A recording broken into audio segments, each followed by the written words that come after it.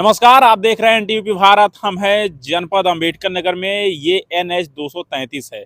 यही NH 233 जो लखनऊ तक का सफर करता है और दिल्ली की कुर्सी पर जो कब्जा करता है उसको उत्तर प्रदेश की गलियों से होकर के गुजरना पड़ता है। कुछ ऐसा ही है। 2024 चंद दिन बचे हैं 2024 लगने में।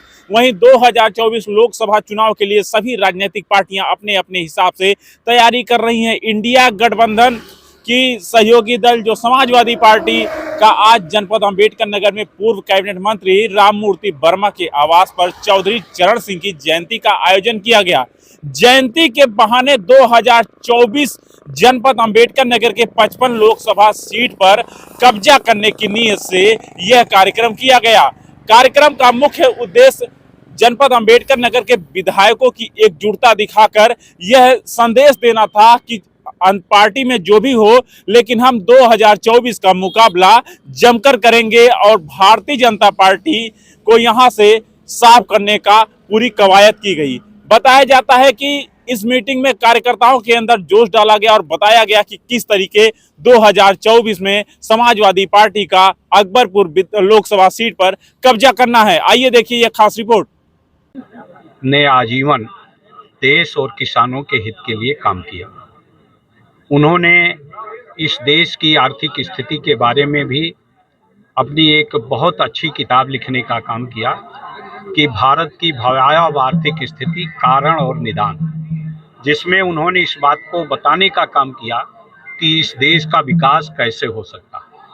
उन्होंने राजनीति में भी एक मर्यादा को कायम करने का काम किया। और चौधरी चरण सिंह जी मात्र एक ऐसे नेता थे जो अपने मंचों के माध्यम से इस बात को भी कहते थे कि यदि भूल से मुझे किसी ऐसे व्यक्ति को टिकट हो जाए जो बेईमान हो, जो भ्रष्ट हो, जो आपराधिक प्रवृत्ति का हो या जो चरित्रहीन हो, तो आप लोग उसको कभी माफ़ न करिए।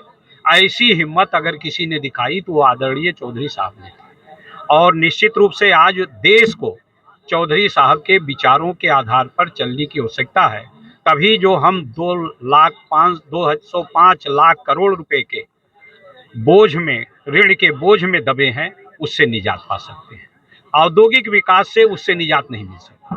कृषि विकास की तरफ और कुटीर और लघु उद्योग की तरफ जब हम बढ़ेंगे तभी हम उसका जो कर्जा है इससे मुक्ति पा सकते हैं।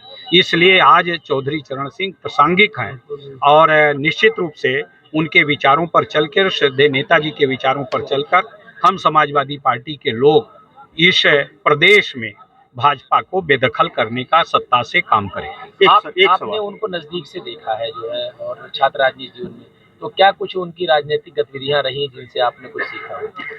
निश्चित रूप से उनकी हमेशा ईमानदारी से, निष्ठा से काम करने की राजनीति रही और उस दिशा को उन्होंने आगे बढ़ाने का काम किया और ऐसे लोगों को कभी माफ़ नहीं किया जो गलत काम किया करते थे। हम लोगों ने देखा और हम बहुत प्यार देते थे। मुझे याद है कि एक साधारण कार्यकर्ता की हैसियत से मैं दिल्ली में उनसे मिला था और उस समय वो शाम का उनका वॉक का समय था, तो हम लोगों को साथ लेकर वॉक करने में भी उन्होंने अपने साथ लेकर चलने का भी काम किया था। हमेशा वो आम लोगों के साथ, आम भाषा में आम लोगों के साथ बराबरी के साथ बैठकर ज़मीन पर ही बात किया करते थे। ऐसा मैंने देखा था। Thank you.